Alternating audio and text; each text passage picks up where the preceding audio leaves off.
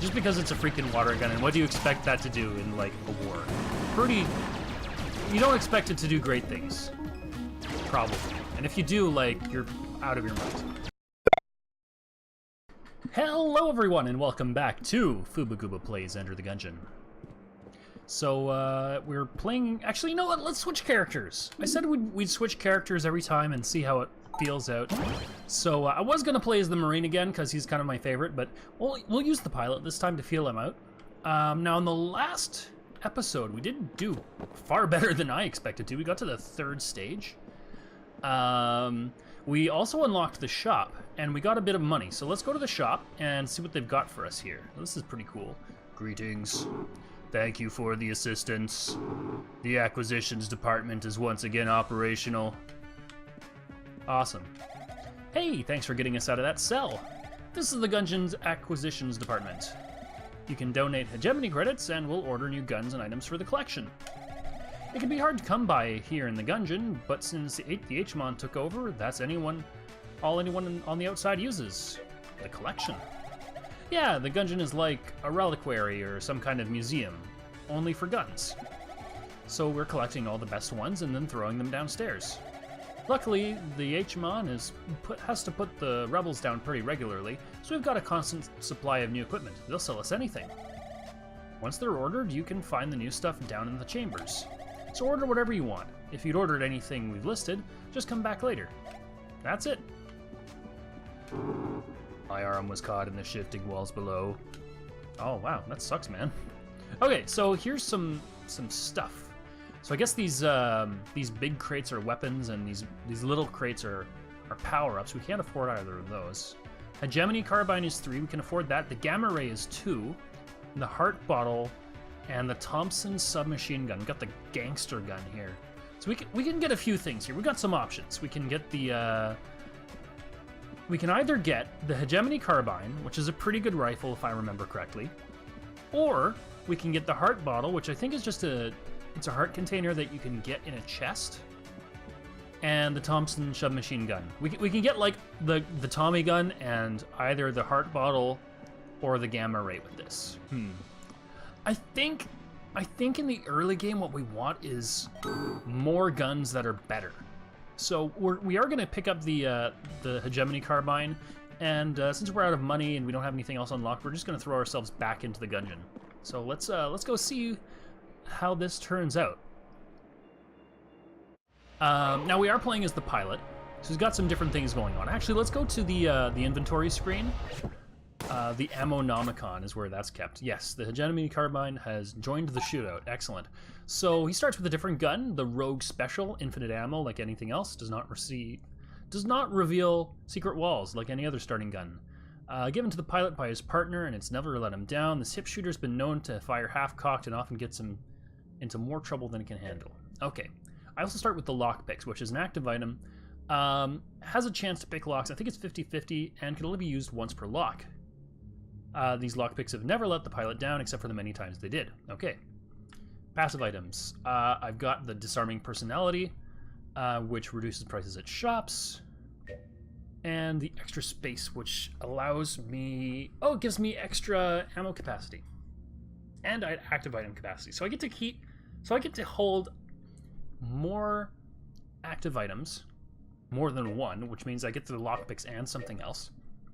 And I get more ammunition. That's actually, like, stronger than I remember.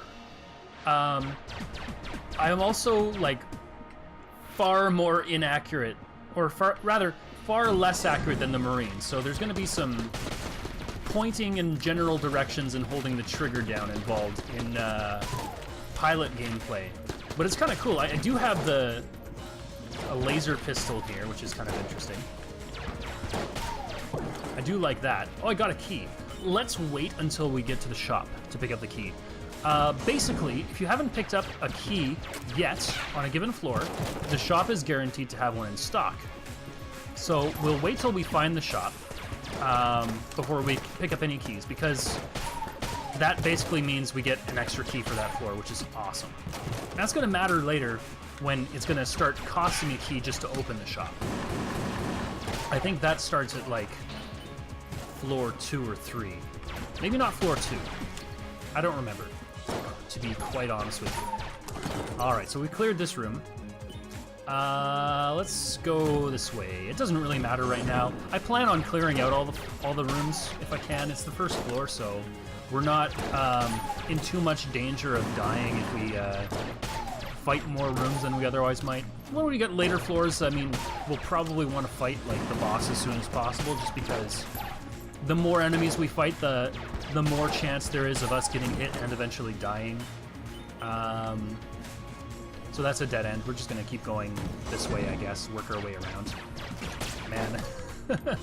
This guy is a lot less accurate. You know what this means? Is we can use the lockpicks now to open up the shitty chests that we would otherwise just shoot. And then if the lockpicks fail and we don't open the chest, then we can still just shoot it. And we're ahead. Or we're no further behind than we otherwise would be, so that's fine. So we're gonna kill this guy. There we go. That was easy. I like this one. Ooh, this is very good. This is one of the rarer chests. I don't know if this one or the black chest is better, but it's very good. So what did we get here? We got the old Goldie for the discerning. So this looks like a kind of very tight spread shotgun. I think we accidentally found the secret room as well. Nice. And it's got a piece of armor in it, which is awesome. I'm very excited to have that.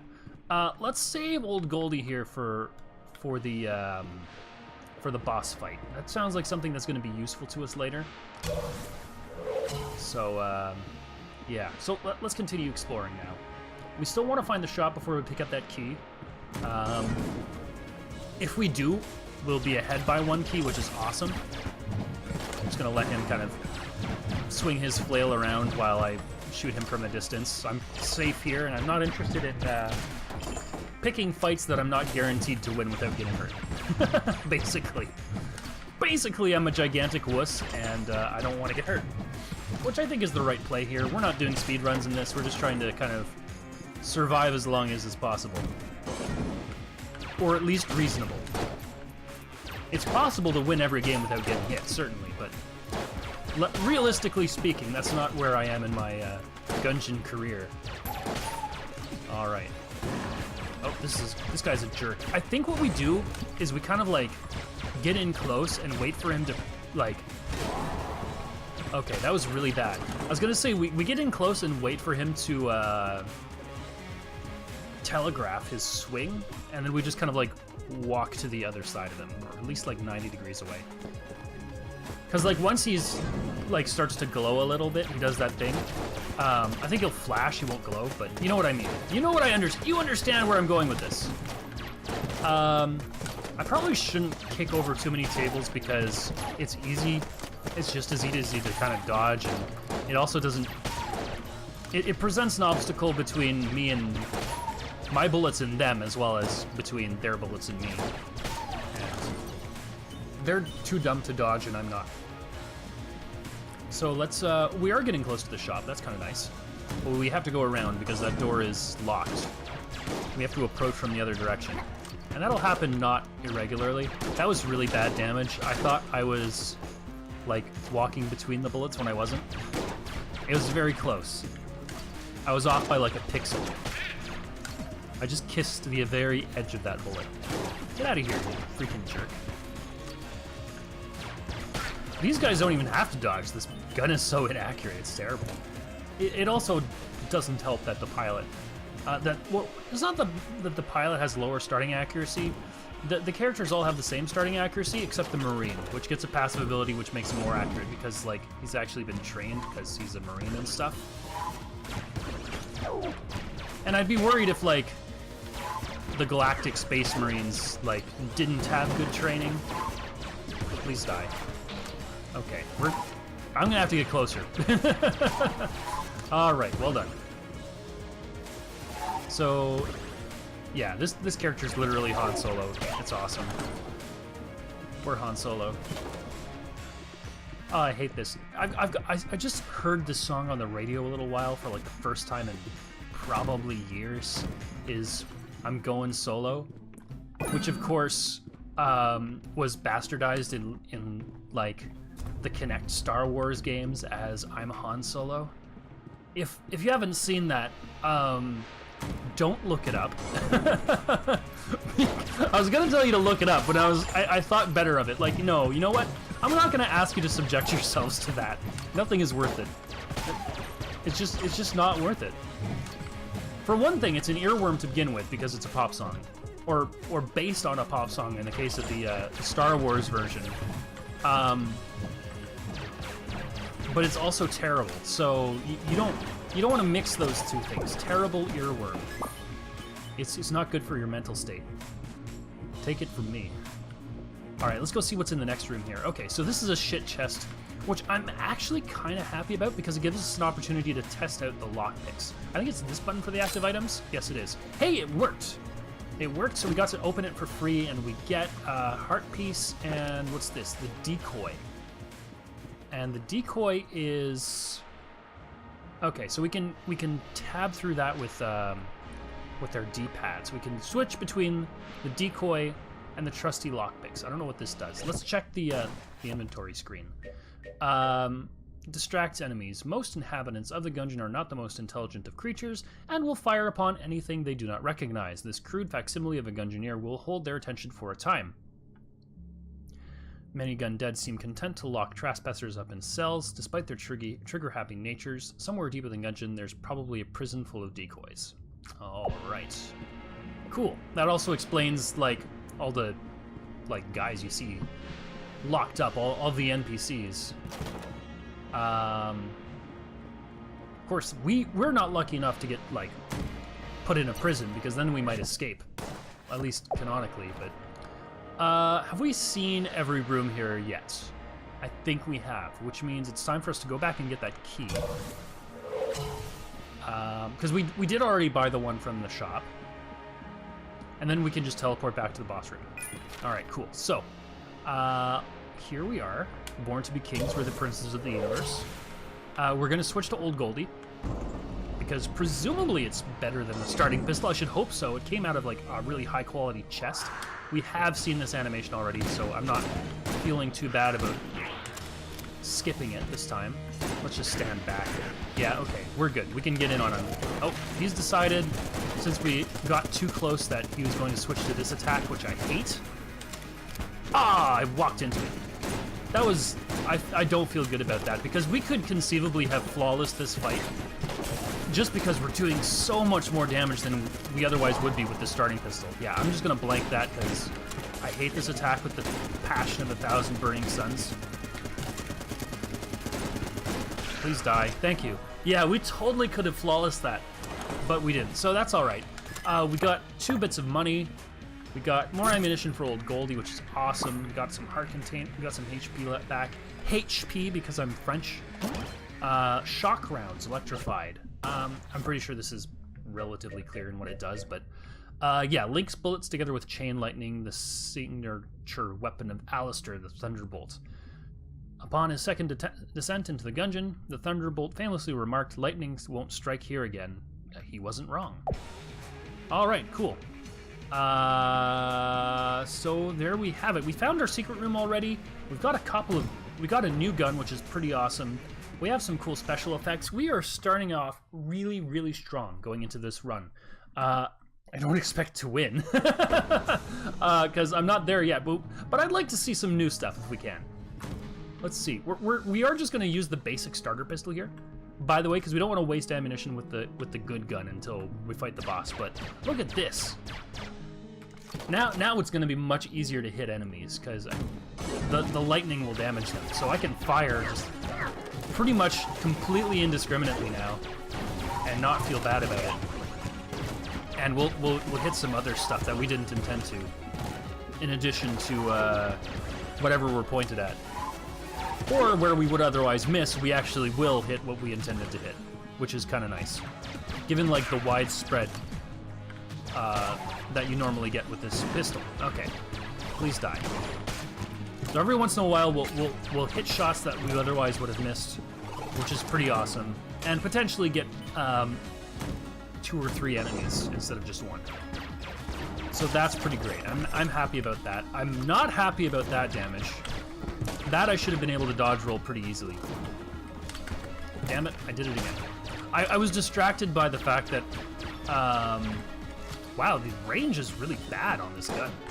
I also think that the clip is smaller. I think I only have like 8 bullets instead of 10. Yeah, okay. So I keep thinking that that I have more ammunition than I do, and I keep getting distracted by that. Nope. No! No! No! I got away! God damn it. The gun ran out of ammunition and then it wouldn't reload fast enough. That makes me really upset. I really would have liked that key. We're taking a lot of bad damage. Oh my god. We're taking a lot of bad damage, and we're not placing shots when we should be. If we lose on the second floor, after I just said, like, oh, this is like the strongest run ever, I'm gonna be pretty upset with myself. Let's go see what's going on in the shop. I don't want to buy HP. And the reason I don't want to buy HP isn't because I don't want HP, but it's because, like, once you start buying HP instead of, like, items, you know you're in trouble. Let's buy the wind-up gun. And we can't afford any more HP. Let's buy the half heart just so that we don't get dead. The wind-up gun is great. This is the wind-up gun from Futurama. Oh yeah. That is awesome. Especially now that we have like a rapid fire weapon with the chain lightning. It's a much more pronounced lightning effect. I'm very happy about this. This was a good purchase. Okay, so there's no enemies in this room, just like hazards. Okay, so I do actually have to do this right now. Huh. I wonder if we could do this without actually ever walking. I wonder if we could just dodge roll over those fire things, is what I meant to say, really. Okay, so this we're going to use the lockpicks on. And it worked. Lucky us. The trick gun is crap. Basically, it's a pistol, and when you reload, it turns into a shotgun. And when you reload, it turns back into a pistol, and that goes forever. We're going to continue to use the wind-up gun because, like, the trick gun is garbage, and I hate it. Which I should have kind of expected from a blue crate, but, you know, at least we opened it. All right, let's go. And the reason I'm reloading so frequently is if I just hold down the trigger, as you see, like, the bullets become weaker. Because it's like a super soaker. There's also a super soaker weapon in this game, by the way, and it is terrible, but it is really funny. I was gonna say it's great, but it's actually not great. It's really bad. Just because it's a freaking water gun, and what do you expect that to do in, like, a war? You don't expect it to do great things. Probably. And if you do, like, you're out of your mind. Alright, we're getting these guys dusted. This is good. You know what? The wind-up gun is normally, like, very much a C-tier gun, but it's doing good things for us. I'm happy with it. And the fact that we're outputting damage means that we're not taking as much damage, because we're clearing rooms faster. Now, okay, so we do have some more options down here. We're definitely not running straight into the boss fight. I think we have another item room to check out. So that is something I'm interested in. What's this? This is a statue that says, it's a shrine to a forgotten bullet who laid down his arms. Will you offer a gun at the altar? I will, just not the good one. I will offer the trick gun, because it's trash. Please. At peace. Live to gut another day. I don't know what that is. What does that do? It is not an item, per se. What's this? Oh, this is the list of guns we've unlocked. The items, the enemies, and the bosses. Okay, so this is our encyclopedia. I don't care about that. Okay, I don't know what I just did, quite frankly. I hope it was good, I guess. I mean, we didn't give, even if it does nothing, we didn't give much up to do that. Hundreds of episodes from now, I'm gonna look back on this and do, oh man, you should have done Thing. It would have been so good. I think I accidentally blanked, but I'm glad I did because we didn't get hit. All right.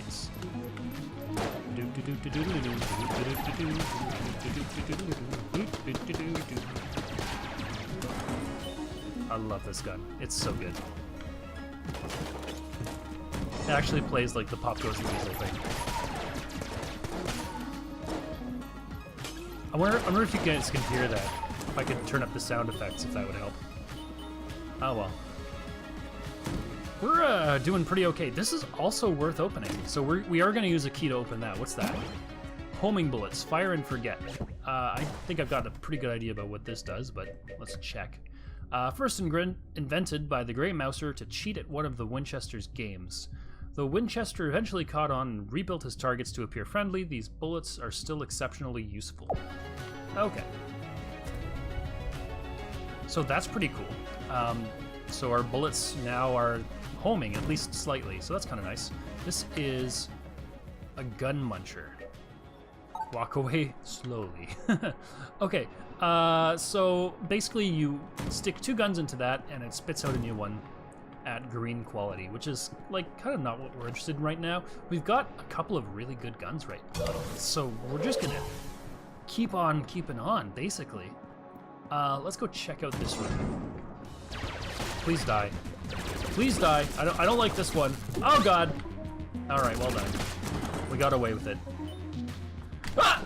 I forgot what button dodge roll was for a minute, and I almost walked straight into that pit full of spikes. That would have been bad. Okay. I was hoping to gun them all down in one try, basically using the lightning, but it didn't work out. I'm just gonna hide here. Fuck it. Ooh, I got my HP back. That's really nice. So this, yeah, this is just going here. Great. Oh, this is where we started. Have we seen everything? We might have. Yeah, I guess we totally have. So let's go here. And let's use the wind... No, we want to save the wind-up gun for, like, the other floors. So let's use this. This is a crazy-looking enemy. The Evil Eye, the Beholster. All right, so he's a beholder from Dungeons and Dragons that, holy shit, has a giant fucking laser beam weapon. Oh my god. Okay, he's a rocket launcher that homes in on us. There goes our perfects. Please die. Oh, good lord. Help. Oh my goodness. There's so many. There's too much going on. Stop. No. That was bad damage on my part. I apologize. There we go. I finally got the little munchkin enemy I was trying to hit for like 30 years. Ooh, yeah, there's the decoy. Get him. Get that one instead. No, don't shoot me, shoot him. Yes. Yes. Yes, you fool.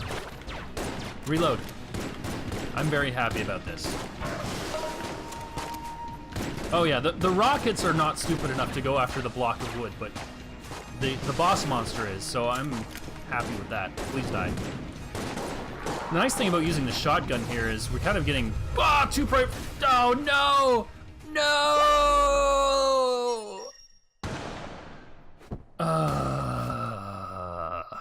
That makes me sad. All right, let's go back to the breach here. I think that'll be the end of this episode. If you liked it, please hit the like button, subscribe, and comment on the video. It does help out a great deal, but for now, thanks for watching, and I will see you next time.